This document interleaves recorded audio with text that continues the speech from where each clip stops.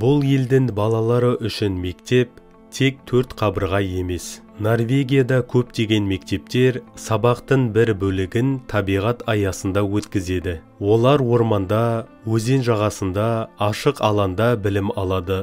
Бұл ресми білім беру жүйесінің бір бөлігі. Мұндай әдіс outdoor school деп аталады. Бұл табиғатпен үйлесімде өмір сүру дегенді білдіреді. Балалар суық, жаңбырлы немесе қарлы күндерде таза ауада оқиды. Оларға арнайы киімдер, су өткізбейтін күртелер, етіктер, қолғаптар беріледі. Норвегиялықтар үшін ауа райы кедергі емес.